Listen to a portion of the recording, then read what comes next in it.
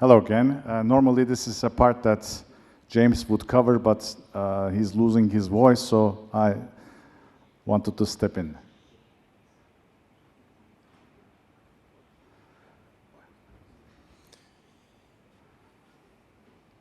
Okay, this is a slide that I had prepared, not knowing if it would be the appropriate place to put, but I think it's interesting for you to see. Remember what I told you about the removal of trees from California? And the priority was removal of less productive, older variety trees. Actually, this is having a profound effect on the entire industry, which is already too much concentrated on Chandler. Now, any new removal tree, for example, Hartleys are the old ones. So Hartleys will be removed mostly in a couple of years. So that is going to increase the percentage of Chandler trees in California.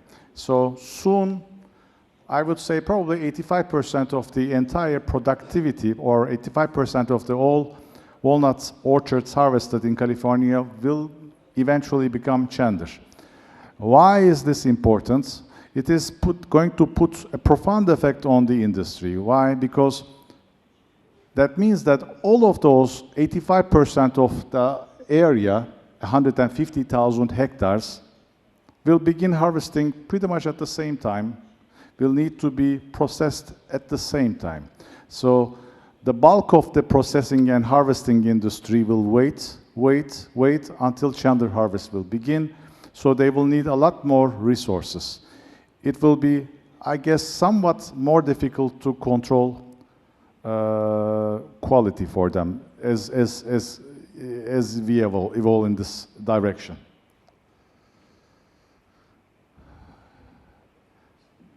Depending on your variety and depending on which hemisphere you are, assuming that we are in the northern hemisphere, walnut harvest usually begins in September with early varieties. For example, Ivanhoe, which is once considered the next Chandler, starts harvesting in August. In September, Serre harvest begins, and then soon around the first week of October, normally, Chandler harvest begins. Harvest usually goes until November, harvest and processing. Well, the objective is, someone asked me during the break about the objective, quality objective of the walnut harvest, and this is actually what it is. The objective is to have light kernel color, few insect damage, few black walnuts, low mold incidence. To do this, you need to begin harvesting as soon as possible. Remember, I had this presentation back in July. The natural time of harvest for Chandler is October. And if the green hull is not open, you wait. But probably somewhere starting from mid to early September, the nut is no longer growing. It is no longer connected to the tree. So if you harvest it then, you will not be losing any in-shell percentage. And the color will be much lighter. But the challenge is to shake it off from the tree will be more difficult, and at the same time, to hull it, to remove the green hull will be more difficult. So you need better equipment, and you can use certain growth regulators, such as Etafon, to speed up this process.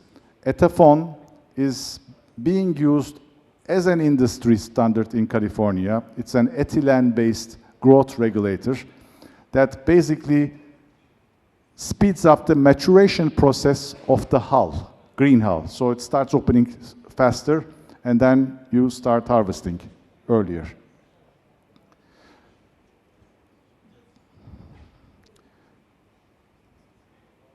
So early harvest, again, as I told you, you should begin harvesting as soon as you can for two reasons: to maximize quality, but equally importantly, to minimize the risk of having rain. Once you have the opportunity, you should try to get them as possible. In fact, at this point, I'd like to say one thing. Many people, when they decide on, let's say, which part of their area to begin harvesting from, assuming that the maturation is the same, I always tell them to begin from faster harvestable and higher yielding portion, so that in the first day, in the second day, in the third day, you accumulate more walnut, which means you will have less chance of being exposed to rain and lose quality. Some people start with the more difficult part, producing less for whatever reason, but that is, I think, in my opinion, it's a loss of opportunity and bad risk management. So the harvest operation, in a nutshell, once you determine the right time, you should act fast. Acting fast is starting early, working hard, finishing late. If you can, if your conditions allow, working at night, if your machinery, if your system works efficiently.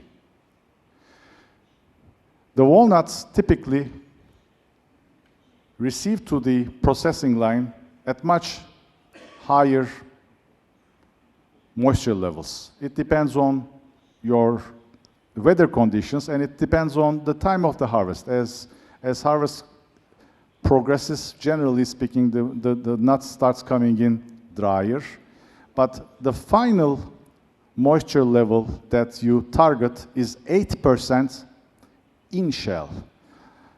So sometimes there's an argument about this. People say, oh, I thought it was 5%. Yes, it is 5% kernel, but when it's measured in shell, it corresponds to about 8%, because there are, other than the kernel, there are two other membranes in the walnut which actually holds more moisture level. So 8%, and why is it 8%? Because 8% is the highest moisture level which will not allow mold occurrence. So that's the reason.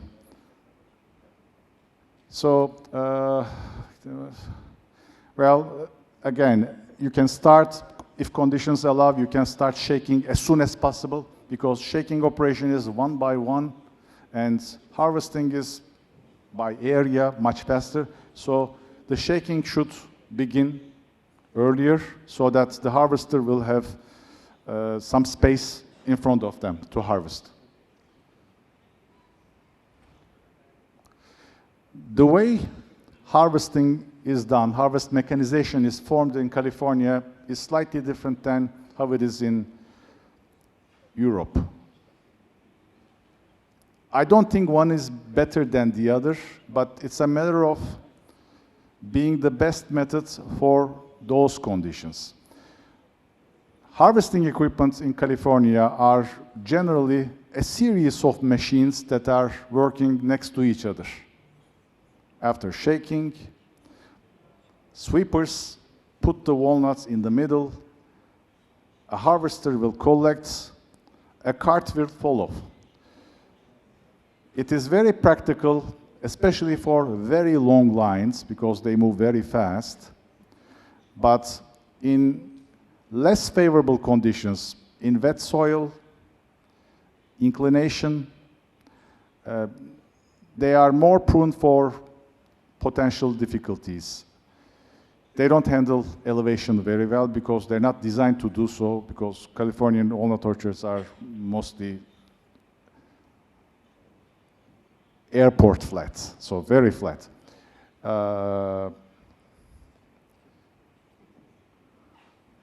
Again, this is talking a little bit about Ethaphone use.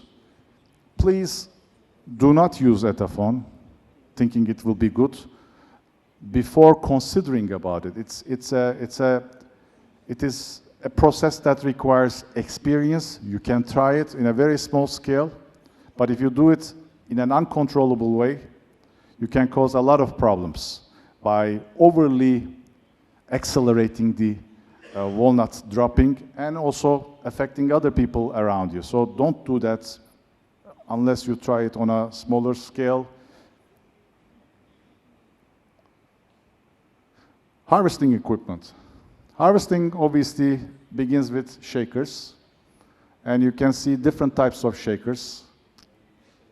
Self-propelled shakers or tractor shakers. They work equally well. It is just, there are different speeds, there are conditions, your financing availability. Generally speaking, in Europe, mostly tractor-based shakers are more preferred. In California, they're all self-propelled shakers. And these are seriously heavy equipment, 5-6 tons, big engines, incredible. Following the shaking operation, typically in California, you pass with a sweeper. What the sweeper does is to collect the walnuts in the middle so that US-based harvesters can collect the walnuts in a very fast way. So these are shakers, sweepers from different brands. Waste McNair, the blue one, Flory is the other one. These are the most well-known systems. Harvesters, as the name mentions, actually are the tools that collects the walnuts from the ground. So this is a Flory harvester that collects the walnuts and then sends the walnuts to a cart, because the harvesters generally doesn't have a holding capacity, so they need to have a cart. This is,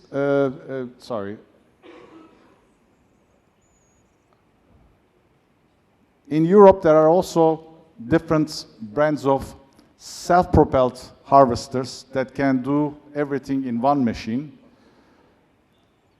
Again, depending on your conditions, their advantage would be to be able to do this with one machine, one operator, and perhaps being able to handle more difficult conditions compared to the American ones. So walnut processing is a mostly outsourced industry in the US. So yes, very large growers do have their own processing lines, but a majority of growers actually take their walnuts to be processed. Again, one more distinction: when Californians think about processing, they mostly think about hulling, washing, and drying. They don't take into account calibration, because calibration in California is considered to be a commercialization way, which is handled by handlers. That is interesting. So this is a very large, probably 120-ton drying line. As I said, the walnuts need to be dried to 8% moisture level. It is important to dry them homogeneously, and it is important to dry them as close to 8% as possible, because if you go to 4%, you lose 4% of your crop. So moisture is also salt.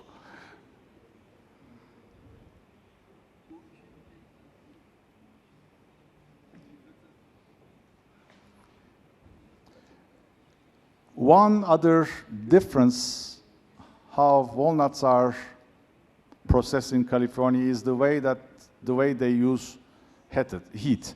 Heat is used more extensively in California. It is often used 44 degrees, 45 degrees, whereas in Europe, mostly we try not to exceed 34 degrees when drying walnuts. What is the effect? I personally think that there's an effect on walnut quality, especially taste. But the compromise could be, if you don't have a proper air delivery method, which needs to deliver not only the flow rate, the blowing, but at the same time the pressure, then drying could be longer. But if you do this well, even with 34 degrees, you can dry on average in 24 hours.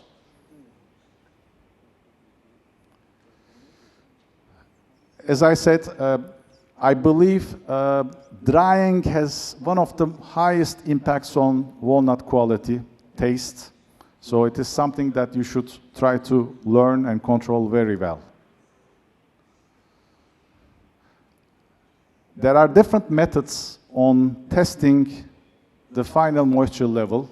Obviously, you can have a built-in moisture monitoring system inside your drying lines. Some of them, in fact, will shut down the system when it reaches to a certain level, or you can monitor them with a handheld monitor. Or you can use a well-known moisture analyzer system. The Shimadzu is a good one. The Dikijon is also a good one. They work with different standards. One is evaporation by using a halogen light. The other one is electrical conductivity, but they are quite reliable. Once nuts are dry, it is important to protect them because they are very tasty, and insects, rodents, rats, they want to eat them. So you need to keep them in a controlled environment away from pests. And this is something that you need to take into account. It's not difficult, but this is an important thing. Typically, in California conditions, please correct me if I'm wrong, James, walnuts are kept until May outside of refrigerators. But around May time, if you still have an inventory, it is better to keep them in a cold storage.